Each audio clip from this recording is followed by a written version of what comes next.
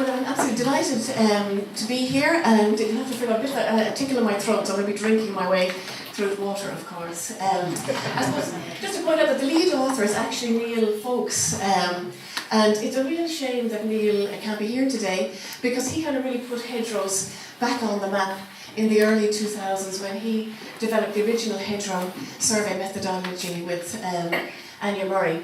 And I suppose I'm going to be talking about a kind of a revised methodology, the Hedgerow Appraisal system, that was kind of developed following several county-wide hedgerow surveys conducted by Neil and others, and kind of feeding in to develop kind of an improved hedgerow survey methodology that really aims to facilitate the development of appropriate and meaningful conservation and management strategies. And I suppose you might be wondering why we're talking about hedgerows at a native woodland conference. It's kind of the poor relation of native woodlands. But I suppose as we heard earlier and today, or just now, our native woodland resource is very small, very fragmented, in many cases isolated. And so in an Irish context, hedgerows have a really important ecological function. So they may not be as diverse and structurally interesting as the lovely woodlands that John was talking about, but as I said, in an Irish context, they're hugely important, kind of connectors on the landscape, linking native woodlands, kind of extending that native woodland habitat and linking native woodland with other habitats on the landscape. And this is, Daniel Kelly showed a slide of St. John's Wood earlier. This is another slide of St. John's Wood from the other end, an ancient woodland, and you can see a few nice hedgerows there, sort of helping to extend that woodland habitat out further. I suppose when you're talking about hedgerows, even at a kind of more of an ecological conference, you have to really think about all of their values. They're multifunctional, and they have a value to different sectors, and they have different functions, and that's important for informing how best to effectively manage and conserve them. So obviously, many hedgerows have been on the landscape for a very long time, if they're townland boundaries or parish boundaries, so they can have an archaeological interest. They tell us a lot about our land use history, types of land use, kind of those patterns of field exposure.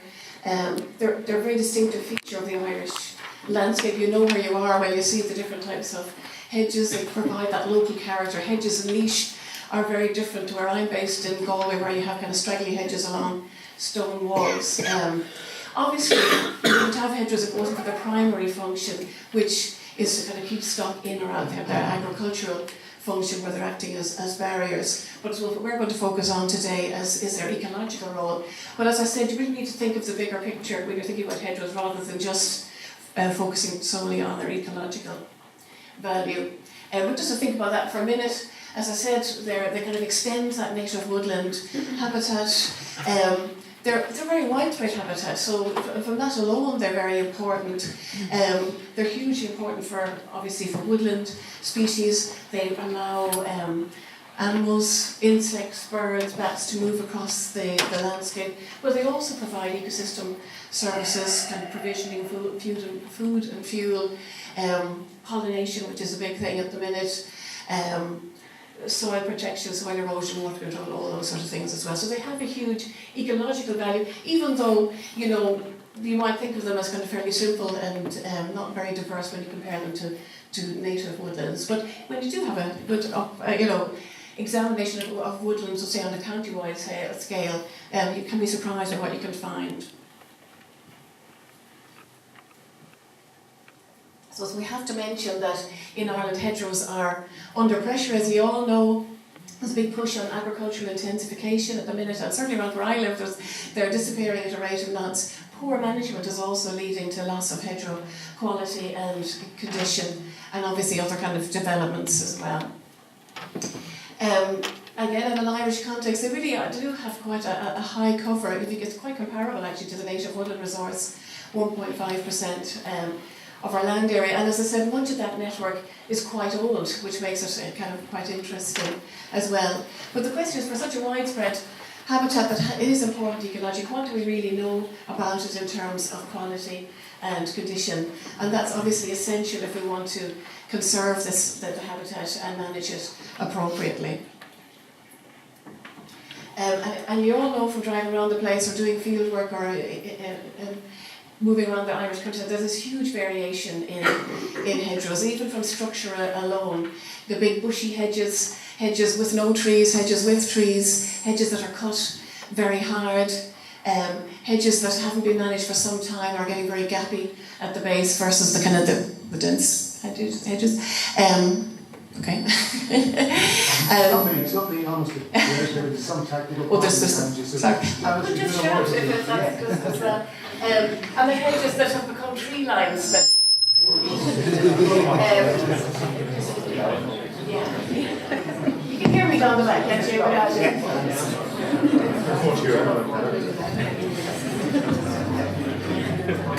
Okay, moving on. So as I said, just why do we need a hedgerow appraisal system? Why are we talking about hedgerows today?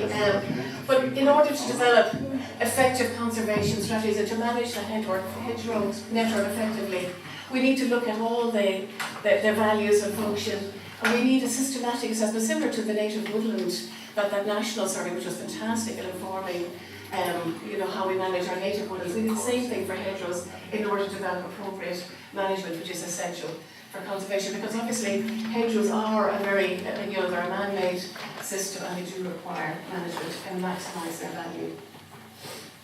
So Neil Foulkes and others, including myself, the Hedge Laying Association teamed up with Woodlands of Ireland and with funding from the Heritage Council developed a kind of a revised hedgerow methodology, the Hedgerow Appraisal system. It's got 3 elements.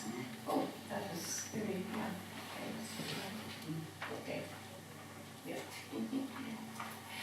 So the first is just a development of that original hedgerow survey methodology, and it's a really powerful tool. It looks at a huge range of parameters, but it's a very pragmatic tool as well, so it's done in a very straightforward way, which are basically looking at hedgerow extent, floristic composition, the context in which the hedgerow is occurring, physical structure, condition and management status. And we're just going to fly through it because we'll take days to go through it in detail. But just to give you a flavour, in terms of floristic composition, you're looking at the tree layers, that's kind of emergent trees, you're looking at what's managed as shrubs, some could be trees that are cut in the shrub layer, but it's also looking at the ground floor, which is a new element from the original survey. There's loads of parameters in terms of looking at the hedgerow structure and composition, because that's critical in terms of ecological value as well as the composition. So you look at the profile of hedges, whether it's a big bushy hedge, whether it's what kind of form it's cut in, whether it's got that box shape, height of the hedgerow, the amount of gaps. It's very gappy. It's not going to function as well for some wildlife anyway as a dense hedge. What's the status of the component trees and shrubs in terms of vigor as well? It also looks at context. So the ecological value of the hedgerow will depend on that context. So whether it links in, whether it's completely isolated, whether it links with other hedgerows, other natural habitats, native woodland, or water, habitats. What's the land use, what type of farming, or is it abandoned, whether there's designated sites nearby, all that sort of context. History, is it an old field boundary or relatively recent? So that's just some of the parameters, but as I said, it's actually a very detailed methodology, but it's designed in a way that's very straightforward to implement. So the other element is that there's been about 17 county-wide hedgerow surveys to date, and probably other little ones as well, and all that data has been deposited in the National Biodiversity Dataset, which is a fantastic resource that can be used by anybody. It's open access and is available for other purposes and studies as well. And the idea is to kind of keep building on that dataset. And then Neil, in order to kind of maximise the value from the data collected in the hedgerow survey, was to kind of have a methodology for appraising that data. So it's based on the data that you collect in your survey, but it's a way of identifying what are prioritising, what are our most important hedgerows. Again, looking at a range of values, but really looking at, in terms of their ecological, historical and landscape significance, to kind of identify your heritage hedgerows, but basically in order to kind of target any kind of conservation policies or strategies. And also looking or assessing the condition status of the hedgerow, because I think that's critically important as well if you want to manage them. So this, and again, it's just a very quick summary, has 5 different elements. It's basically a ranking system, so for a particular hedgerow or hedgerow network, ranking them in terms of their historical value. Say this is a first edition ordnance survey map, and you can see the town and boundary marked in red, and if you squint a bit, you can see a little orange arrow. And again, an aerial photograph that's I think about 2009, and you can see the arrow pointing at a nice little hedge, and that's an old town and boundary. So that might be more interesting. Often those old town and boundaries have a big bank or ditch associated with them, and they tend to be more species rich, although that can vary. But that gives you a little bit more information about your hedgerow in terms of age, which can be interesting. 5 minutes, Janice. Okay. Have an extra 2 for putting up with all the things. So those kind of 3 elements together, your hedgerow survey methodology, feeding into that national database which has all that baseline data, and then appraising that data to maximise the value of it. Neil feels very strongly that the methodology is a work in progress, and is very interested in kind of feedback and refining it. I mean, there are some things, it looks at current status, it doesn't have a measure for assessment of potential. Some of the categories, particularly the ranking, could maybe do with a more scientific basis. But it's a very pragmatic, it collects a huge amount of data that's fairly straightforward to analyse. It's got loads of applications, just the baseline data itself. You know yourself if you want to manage anything or to assess how management strategies, how successful they are or not. That baseline data is invaluable. It can be very useful in research, and research has shown us that uniform management prescriptions for hedgerows are not the best for wildlife, because different wildlife has different requirements, and that's very important. Say, for example, in agri-environment schemes, that we're not just giving one prescription for every hedgerow. It can also be very useful for informing conservation strategies, and you do see in local authority county development plans that sometimes they have different policies specific for hedgerows, but it's great to have the data to support that. It would be great if it was used in agri-environment schemes, but that is kind of underused today. But to me, it has great potential. It's great for identifying areas that are kind of for priority, where are the best areas, where are the areas that need most intervention, and where would be most successful, and also how to gauge that and monitor or evaluate. 3 minutes. Okay. So you couldn't talk about hedgerows without talking about what's been happening, the Heritage Bill, and it's a big issue, and that's I suppose for another days. Talk about there are a lot of pressures on hedgerows. They're very little protection basically, and it's kind of been a neglected resource considering they have such an ecological value as well as all the other. Oh, okay. Right. There should be one more slide. Okay.